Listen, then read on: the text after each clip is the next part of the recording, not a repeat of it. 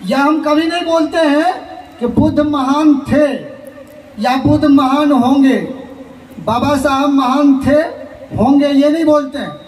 उत्तर Korea और Japan, इस तीनों के डिक्शनरी को पलट करके देखेंगे, उस डिक्शनरी में लिखा हुआ है भारत, भारत का मतलब स्वर्ग। बिहार के लोगों को अभी भी कहता है धरती शेषनाग पर टिका हुआ है। शेषनाग का मतलब सांप नहीं, शेषनाग का मतलब सांप नहीं, शेषुनाग वंश था। सामना में लिखा हुआ है नागरिक शब्द, यानी भारत के जो बहुजन मूल निवासी हैं ये नागवंशी हैं, और ये नागवंशी से ये नागरिक शब्द आया है। सबों को नमन करते हुए आप सबों को मेरा नमो बुद्धाय, जय भीम। सारे लोग इधर से ही निकलेंगे क्या? पुरातत्ववेत्ता है, उनकी टीम तेलंगाना में मिला। पुरातत्ववेत्ता ने उस शिलालेख को, आर्कियोलॉजिकल डिपार्टमेंट ने उस शिलालेख को प्रथम शताब्दी ईस्वी पूर्व का माना, यानी ईसा मसीह से पहले बुधाई लिखा हुआ। या नमो बुधाय आपके बुद्धि को नमस्कार करते हैं। इससे पहले कुछ वक्ताओं ने इन बातों की चर्चा किया। शरण में बुलाते हैं कि मेरी शरण में आ जाओ, दुख दूर हो जाएगा। अल्लाह की शरण में बुलाओ, दुख दूर हो जाएगा। भगवान की शरण में बुलाओ, मेरी शरण में आ जाओ। लेकिन बुद्ध ने कहा किसी के शरण में जाने की जरूरत नहीं है। अत दीपो भव, यानी अपना दीपक स्वयं बनो। वो अपने शरण में भी नहीं बुलाए, क्योंकि उन्होंने कहा मैं मार्ग दाता हूं, मोक्ष दाता नहीं। अब बुद्ध पूर्णिमा जो है, इस बुद्ध पूर्णिमा का क्या इतिहास है यह समझने की जरूरत है। फाहियान जब खूतन आए थे, उस समय में भारत में कई जगह, दक्षिण भारत में भी बुद्ध पूर्णिमा का उत्सव मनाया जा रहा था।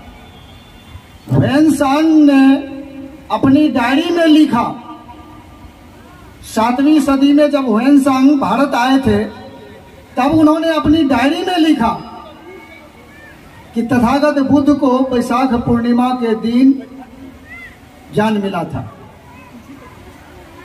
और फाहियान ने जब तो दक्षिण भारत में तेलंगाना के तरफ विष्णु कोंडा वंश का चौथा राजा गोविंद वर्मन नाम था। उनके पत्नी का एक बुद्ध विहार को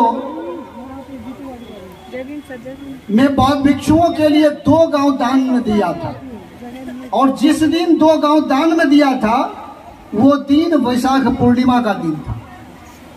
आर्कियोलॉजिकल डिपार्टमेंट को यह सबूत है। यह बताना चाहता हूं कि बुद्ध पूर्णिमा ये कोई आधुनिक समय में लोगों ने स्टार्ट नहीं किया। अब बहुत लोग प्रश्न ये करते हैं 5 तारीख को बुद्ध पूर्णिमा था और आप लोग आज के दिन क्यों मनाते हैं? जन्मदिन जो है ना रोज होता है, इसलिए रोज होता है। वो बायोलॉजिकल जन्मदिन और आइडियोलॉजिकल जन्मदिन, जब जब उनके विचार लोगों के पास जाता है तो विचार का जन्म होता है। इसलिए महापुरुष जितने भी हैं वो होते हैं यूनिवर्सल ट्रूथ।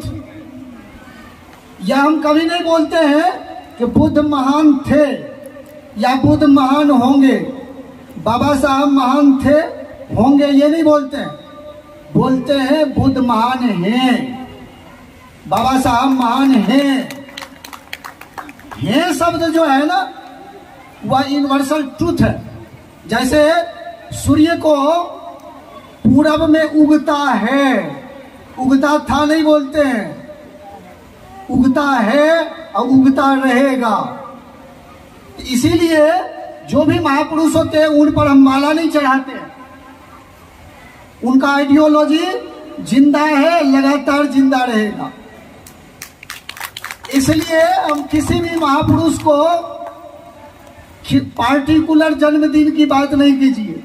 आपकी जब इच्छा हो ना तब उनका जन्मदिन ही है। साधारण आदमी का जन्मदिन होता है, साधारण आदमी साधारण इसलिए है कि वह व्यक्ति साधारण है, उसका 13वीं के बाद मर जाता है। 13वीं के बाद कोई नहीं नाम याद रखता है।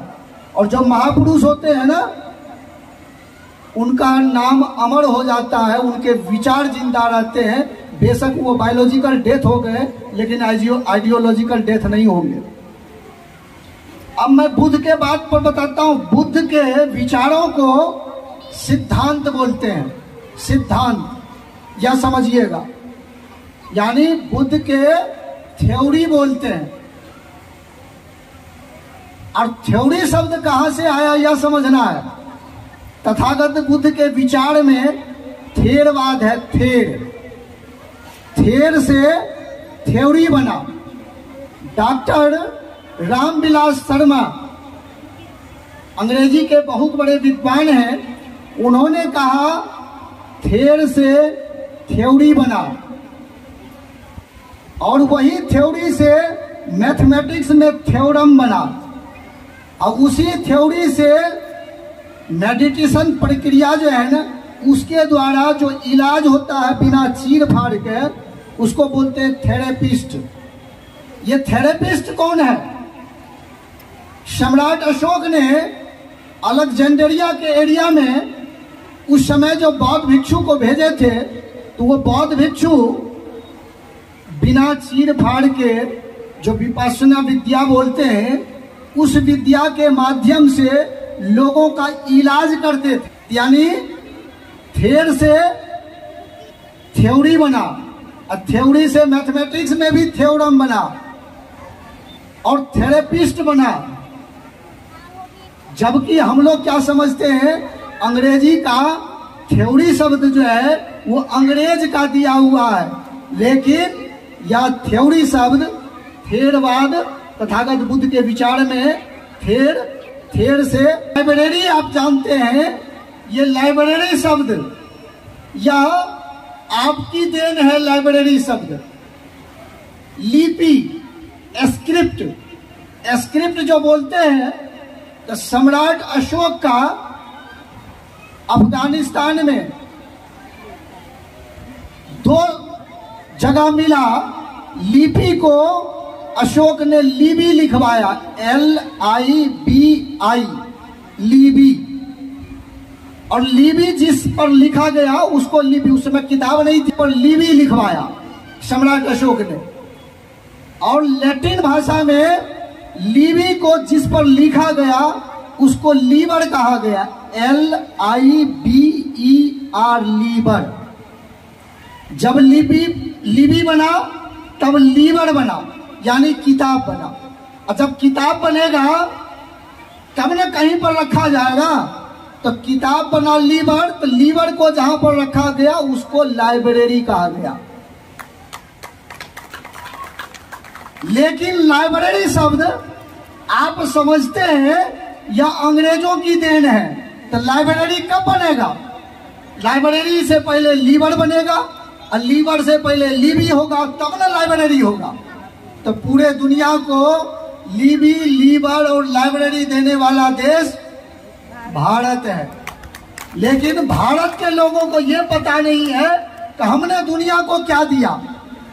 भूटान की महारानी जब यहाँ पर आई थी तो भारत का धन्यवाद किया और शुक्रिया अदा किया, मैं भारत का ऋणी हूँ जो भारत ने हमको क्या दिया। लेकिन भारत के लोगों को यह पता नहीं है कि हमने क्या खो दिया। क्या खो दिया ये पता नहीं है।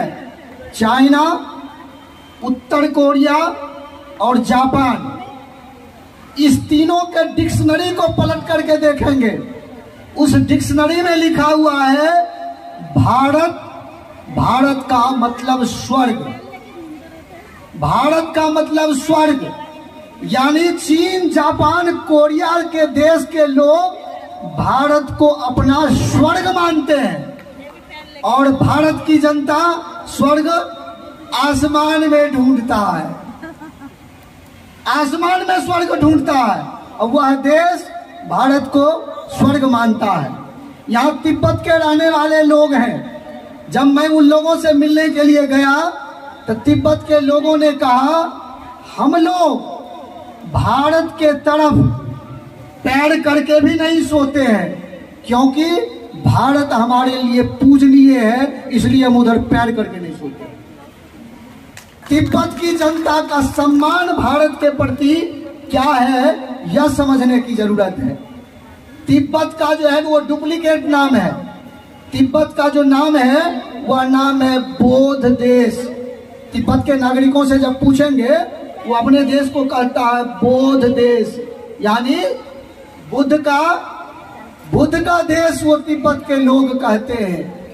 1 2 3 ये जो इंटरनेशनल डिजिट है, ये 1 2 3 इंटरनेशनल डिजिट को समझिए। रोमन डिजिट 1 2 3 4 क्या करते हैं, 1 2 3 4 ऐसे करते हैं 5। ये है, जब इसको लिखते हैं रोमन डिजिट तो जरा सा एक बार सोच कर देखिए, जमा घटा गुना भाग आसानी से हो पाएगा? नहीं हो पाएगा। लेकिन जब इंडिया से अरब देश के लोगों ने ये इंटरनेशनल डिजिट 1 2 3 4 5 6 जो है ना, ये डिजिट अरब के लोग डिक्शनरी को पलट कर देखेंगे तो अरब के डिक्शनरी में 1 2 3 4 जो डिजिट है उस डिजिट में लिखा हुआ है हिंद सा, यानी हिंद देश से हम लोगों ने लिया। और जब अरब देश से ब्रिटेन के लोगों ने लिया तो ब्रिटेन के डिक्शनरी में लिखा हुआ है अरेबिक, यानी ब्रिटेन के लोगों ने कहा हमने ये डिजिट अरब वालों से लिया, और अरब वाले कहते हैं हम लोगों ने ये डिजिट भारत से लिया। जब भारत से ये डिजिट गया तब वहां पर औद्योगिक क्रांति हुई। औद्योगिक क्रांति हुई 1688 ईस्वी में। इंग्लैंड में भी औद्योगिक क्रांति हुई। तब व्यापार बढ़ने लगा, जोड़ घटा गुना भाग इसमें वृद्धि होने लगी।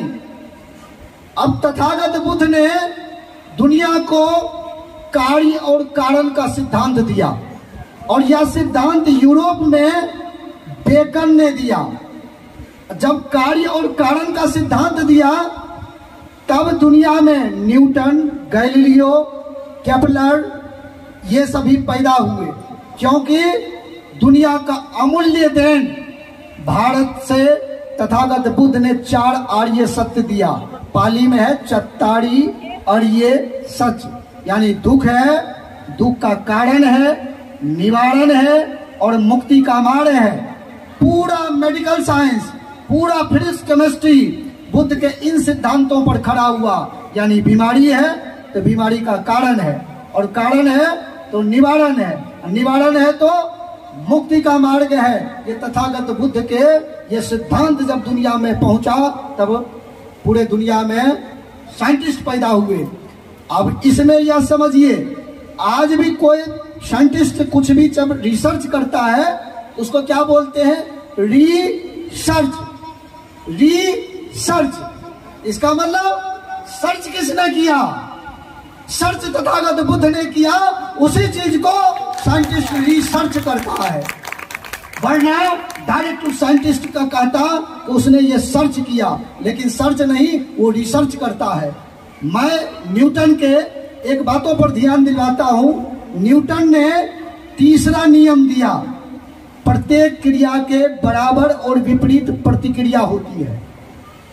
यह थॉट न्यूटन ने बुद्ध से लिया। कैसे?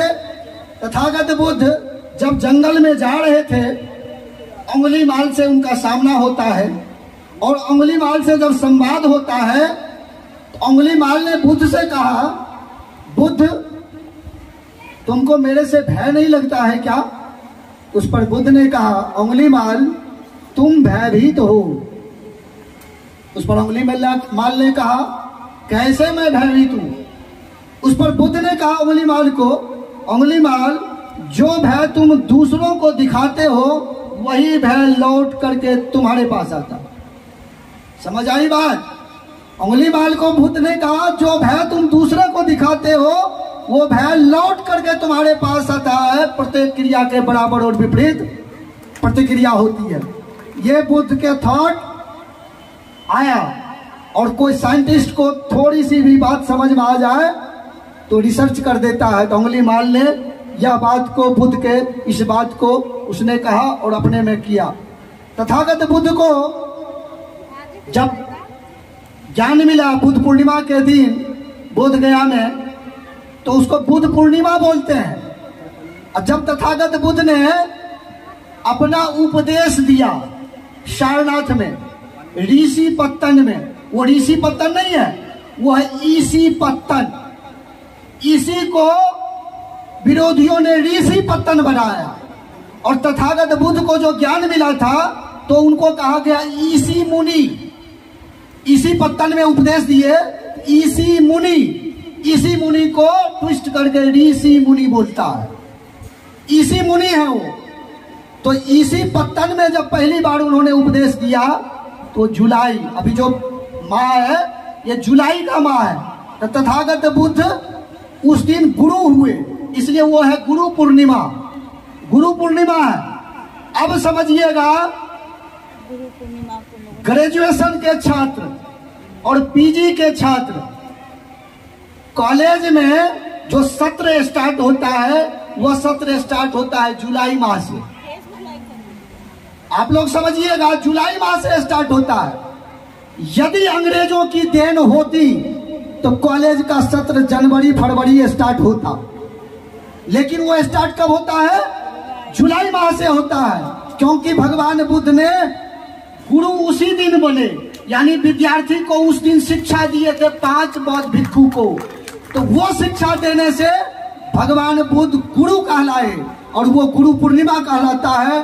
तो पूरे दुनिया को अंग्रेजों के द्वारा जो जुलाई का सत्र दिया जाता है वो तथागत बुद्ध का ज्ञान है, किसी और का ज्ञान नहीं है। लिबी शब्द जो कहते हैं ना, मैं इन दिनों मुहावरा पर गौर करता हूँ। आज भी बिहार के लोग यदि कुछ बैठे होंगे ना, तो उस मुहावरा में भी बोलने के क्रम में क्या करता है? लिबिर लिबिर करता है। सुने, लिबिर लिबिर करता है। तो लिबिर लिबिर करता है, इसका मतलब है हमारा जो इतिहास है ना, वो हमारा इतिहास मुहावरा में है। हमारा इतिहास मुहावरा में लिबिर लिबिर करता है। तो ऐसा ही लिबिर लिबिर नहीं, मेरा ध्यान गया तो मैंने कहा अच्छा आज भी मुहावरा में लिबिर लिबिर बोलते हैं, लेकिन लिबिर लिबिर कहाँ से आया भाई? वो मुहावरा में है। जैसे बिहार के लोगों को अभी भी कहता है धरती शेष नाग पर टिका हुआ है। शेष नाग का मतलब सांप नहीं, शेष नाग का मतलब सांप नहीं। शेषुनाग वंश था जिसकी राजधानी वैशाली, उसके बेटा का नाम कालाशोक, जिसने द्वितीय बौद्ध संगति करवाई, तीसरी बौद्ध संगति सम्राट अशोक ने करवाया। कर्नल जेम्स स्टार्क के हिस्ट्री में लिखा हुआ है मौर्य लोग जो थे वो तक्षक नागवंशी थे, और यही नागवंशी के वजह से बाबा साहब ने नागपुर में बौद्ध धर्म की दीक्षा लिया था। बाबा साहब ने बौद्ध धर्म की दीक्षा इसलिए लिया, उसी दिन सम्राट अशोक ने बौद्ध धर्म की दीक्षा लिया था कर्नल कलिंग युद्ध के बाद। तो बाबा साहब ने नागपुर में नागवंशी के वजह से नागपुर में नागवंशी का वो दीक्षा लिया था। आप प्रस्तावना जब पढ़ेंगे आप, हम भारत के लोग, भारत को एक प्रभुत्व संपन्न समाजवादी पंथ निरपेक्ष लोकतंत्रात्मक, उसमें नागरिक शब्द है। गौर कीजिएगा, प्रस्तावना में मनुष्य शब्द नहीं है लिखा हुआ, आदमी शब्द नहीं है लिखा हुआ, क्योंकि मनु के संतान को मनुष्य कहते हैं और आदम के संतान को आदमी कहते हैं, इसलिए मनुष्य और आदमी शब्द प्रस्तावना में नहीं लिखा हुआ है।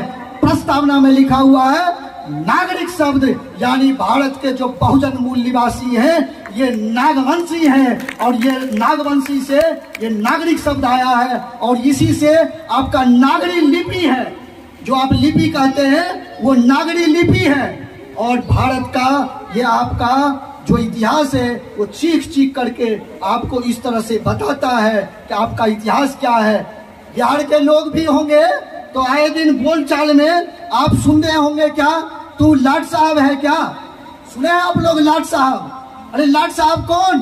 अशोक की लाट, यानी अशोक को लाट साहब कहा जाता था। और आप सब लोग भी लाट साहब के बेटे पोते हो, आप लोग लाट साहब हो। लाट साहब को अंग्रेज नहीं है, लाट साहब आप वही लोग लाट साहब हो। इसका मतलब यह नहीं समझे, जब मुहावरा को आप पढ़ेंगे तब आपको आपका इतिहास पता चलेगा।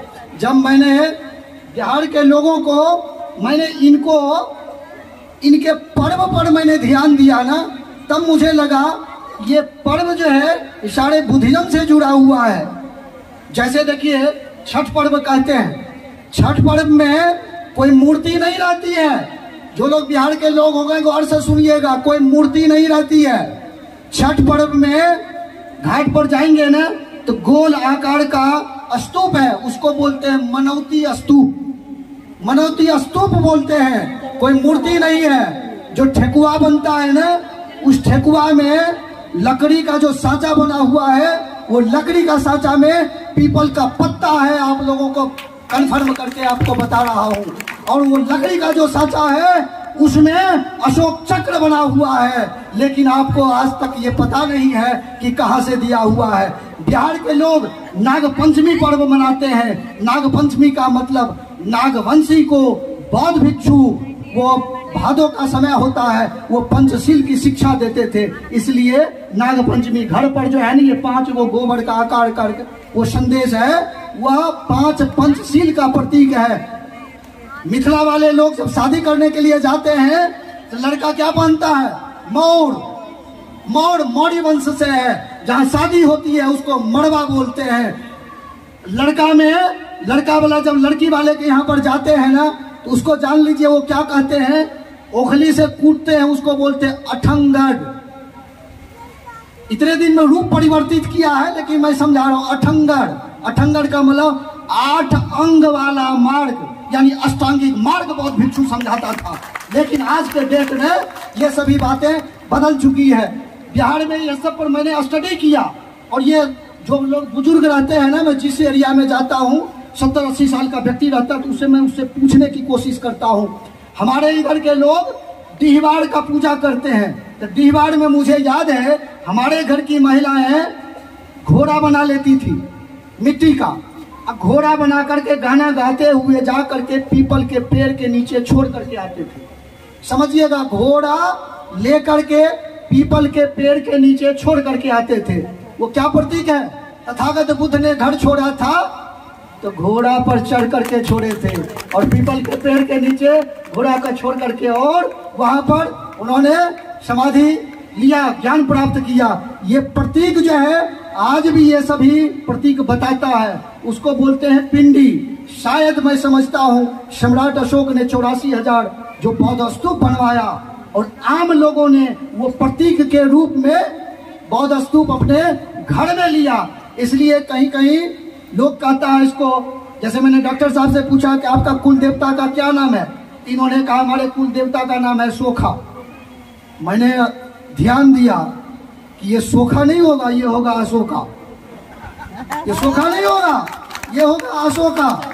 और चेंज कर दिया। कैसे चेंज किया? जैसे समझिए, बुद्ध विहार को पहले विहार शब्द हटाया, बोला बुद्ध मंदिर, बोला बुद्ध मंदिर, फिर बुद्ध हटा दिया, मंदिर बोलने लगा। एक बार नहीं करता। बुद्ध के आइडियोलॉजी को क्या किया है? रूप परिवर्तित किया है, मिटाया नहीं है। जितना भी एंशियंट हिस्ट्री के राजा को देखें, बिंबिसार, अजातशत्रु, उदयन, अंडूद, मुंड, नागदासक, चंद्रगुप्त, बिंदुसार, अशोक, कुणाल, हर्षवर्धन, कनिष्क, गोपाल, धर्मपाल, विग्रहपाल, अनंतपाल, जितने भी एंशियंट हिस्ट्री के राजा हैं, सारे के सारे राजा बुद्ध के आइडियोलॉजी को मानते थे। अरे जब आपके दादा परदादा बुद्ध के आइडियोलॉजी को मानते थे तो फिर आप कहां भटक रहे हो? यह हिस्ट्री कहता है। इसमें जितने भी लोग हिस्ट्री को पढ़ने वाले लोग हैं, वो हिस्ट्री को एक बार पलट करके देखें। पूरा बिंबिसार, अजातशत्रु जितने का नाम बोला हूं, ये सारे राजा बुद्ध के अनुयायी थे, बुद्ध के विचार को मानते थे, और ये बुद्ध के विचार को मानने वाले पूरे दुनिया में मानने लग गया।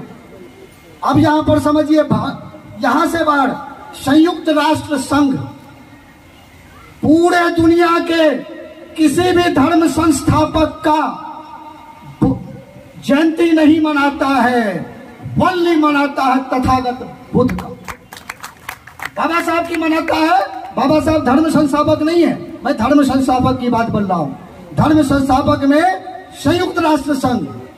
और जब 53 में नेहरू ने यहां पर बुद्ध जयंती मनाया तो बाबा साहब ने इस बात के लिए जवाहरलाल नेहरू को धन्यवाद दिया, क्योंकि नेहरू ने बुद्ध जयंती मनाने का कार्यक्रम यहां स्टार्ट किया। तो सरकारी स्तर पर बुद्ध जयंती मनाया गया। अब यहां भारत से बाहर नालंदा विश्वविद्यालय, तक्षशिला, विक्रमशिला, कोदंतपुरी, जगदल, दाइमाबाद, ऐसे 18 विश्वविद्यालय था जो पूरे दुनिया के छात्र इंडिया में पढ़ने आते थे। पूरे दुनिया के छात्र जब भारत में पढ़ने के लिए आते थे वो अपने आप को गौरवान्वित महसूस करता था। और आज भारत के लोग जब अमेरिका पढ़ने जाते हैं तब गौरवान्वित महसूस करते हैं। कहाँ हमारा विकास किया? अब हम दूसरे जगह पढ़ने जाते हैं तो गर्व महसूस करते हैं, और वह देश जब यहाँ पढ़ने के लिए आता था तो गर्व महसूस करता था। चाइना, जापान, कोरिया, तिब्बत ने नालंदा विश्वविद्यालय का कॉपी कर करके अपने देश में नालंदा विश्वविद्यालय बनाया है, और वो गौरवान्वित करता है इसने नालंदा विश्वविद्यालय का कॉपी उसने किया। अब यहां पर समझने वाली बात है कि हम क्या कर रहे हैं। हम अपने पुराने संस्कृति को हम खुद नहीं समझ रहे हैं, खुद नहीं समझ रहे हैं। यानी हमारे बाप दादा ने पूरे दुनिया में अपना परचम लहराया, और हम लोग अपने दादा परदादा के विचारों को जान ही नहीं पा रहे हैं। अब अशोक स्तंभ सांची से लिया गया, सम्राट अशोक का स्तंभ है, शेर वाला। जब भारत आजाद हुआ बाबा साहब के प्रयास से आपका राष्ट्रीय चिन्ह अशोक स्तंभ शामिल किया गया, और राष्ट्रीय कैलेंडर शक संबद्ध है। समझिएगा, एक माइनर बात बताता हूं। राष्ट्रीय कैलेंडर शक संबद्ध है। शक संबद्ध किसने स्टार्ट किया? कनिष्क ने। कनिष्क बुद्धिस्ट राजा था, लेकिन एक बात, इंपॉर्टेंट बात, समझने वाली बात है। कनिष्क बुद्धिस्ट राजा तो था, लेकिन कनिष्क था कुषाण वंश का। कुषाण वंश का, कुजुल कटफिसस का बेटा था, कुषाण वंश का था। कनिष्क फॉरेनर था। वो जब इंडिया आया तो बुद्ध के विचार अच्छा लगा तो उसने बुद्ध के विचारों को एक्सेप्ट किया, और तब उसने चलाया शक संबद्ध। समझिएगा, शक संबद्ध। अरे वो तो शक था ही नहीं, शक तो था ही नहीं ना। शाक्य तो बुद्ध न थे, यानी उसके विचारों को शाक्य संबद्ध चलाया, बुद्ध के विचारों को आगे चलाया। जो आज जो हम लोग ये शक संबद्ध जो राष्ट्रीय कैलेंडर है, इस चीज को समझिए। अब वहां पर जब अशोक स्तंभ को राष्ट्रीय चिन्ह के रूप में लिया गया, आपके मुद्रा में जो राष्ट्रीय चिन्ह है वो राष्ट्रीय चिन्ह को मुद्रा में लाया गया, और आज आपकी नई सरकार पुनः राजतंत्र वाली, राजदंड वाला वो दे दिया। यानी पहले सत्ता का स्थानांतरण होता था तो राजदंड दे दिया। यानी आपको धीरे धीरे करके पुनः गुलामी की ओर जाना पड़ेगा, यदि नहीं जगे तो। मैं आपको एक बात कहना चाहता हूं। एक बार शेर का बच्चा मां से बिछुड़ गया था। मां से बिछुड़ गया और वह भेड़ बकरी के साथ रहने लगा, और जब भेड़ बकरी के साथ रहने लगा तो उसके साथ घास चबाने लगा। एक बार जंगल का बूढ़ा शेर देखता है, अरे मेरा वंशज जो है ना, ये भेड़ बकरी के साथ घास चबा रहा है, तो ताज्जुब बात है। जंगल का शेर खदेड़ करके युवा शेर को पकड़ा, गर्दन पकड़ करके लाया नदी के किनारे में। युवा शेर कहा, भाई मैंने तेरा क्या बिगाड़ा है जो तुम हमको मारना चाहते? ना, आज तेरे को मैं इसी नदी में डुबा करके मार दूंगा। युवा शेर को गर्दन ऐसे करके रखा। वो पहली बार अपनी परछाई देखा और फिर उस बूढ़ा शेर की तरफ देखा। कहा, अरे लगता है मैं भी शेर हूं क्या? ये बुढ़ा तो हमको डुबाड़ा, उसका पूछ सीधा हो गया। ज्यों ही पूछ सीधा हुआ ना, तो बूढ़ा शेर समझ गया कि लगता है इसको शेर होने का एहसास हो गया। अब जंगल का शेर जोर से दहाड़ लगाया। दहाड़ लगाने के बाद युवा शेर सोचता है कि मैं भी देखूं, दहाड़ लगा कर लगाऊं। दहाड़ जो ही लगाया ना, अब युवा शेर को संपूर्ण रूप से ये पता चल गया कि मैं शेर हूं, और कहा रुक जा, मैं छलांग मारता हूं। बूढ़ा शेर पर छलांग मार दिया। बूढ़ा शेर ने कहा बेटा रुक जा, यही एहसास करवाने के लिए तुझे पानी में डुबा रहा था। तू ये भेड़ बकरी के साथ क्या कर रहा है? तू शेर है, शेर। इसलिए मैं आप लोगों को भी उसी जंगलवाणी शेर की भांति आप सभी लोगों को ललकार रहा हूं। आप बुद्धा, अशोक, बाबा साहब के वंशज हो, भेड़ बकरी के साथ घास चबा रहे हो, अपना पूंछ सीधा करो। ऐसे काम नहीं चलेगा, सीधा करो और पुनः अपने आप को उस कलिंग युद्ध को याद करो। मरने वाले रोज मरते हैं, आप जिंदा ही कब हो? कब जिंदा हो? मर जाओगे, इतिहास में नाम होगा, ऐसे कुछ नाम नहीं होगा। एक आदमी के 3 मित्र थे। पहला मित्र उसका धन, जिसने कहा दोस्त जो ही तुम मर जाओगे मैं तेरा साथ छोड़ दूंगा। दूसरा मित्र उसका कहा सगा संबंधी, कहा बुद्धं शरणं गच्छामि, शमशान घाट के बाद वापस आ जाऊंगा, उसके आगे नहीं जाऊंगा। तीसरा दोस्त, कहा दोस्त तेरे मरने के बाद भी मैं तेरा साथ दूंगा, यदि तुम मेरा साथ दो तो। और वो तीसरा मित्र है कर्म, जो कहा शहीदों के मजारों पर लगेंगे हर बरस मेले, वतन पर मरने वालों का बाकी यही हिसाब होगा। भगत सिंह जिंदाबाद, बाबा साहब अमर रहे। आप सबों को मेरी बातों को सुनने के लिए आप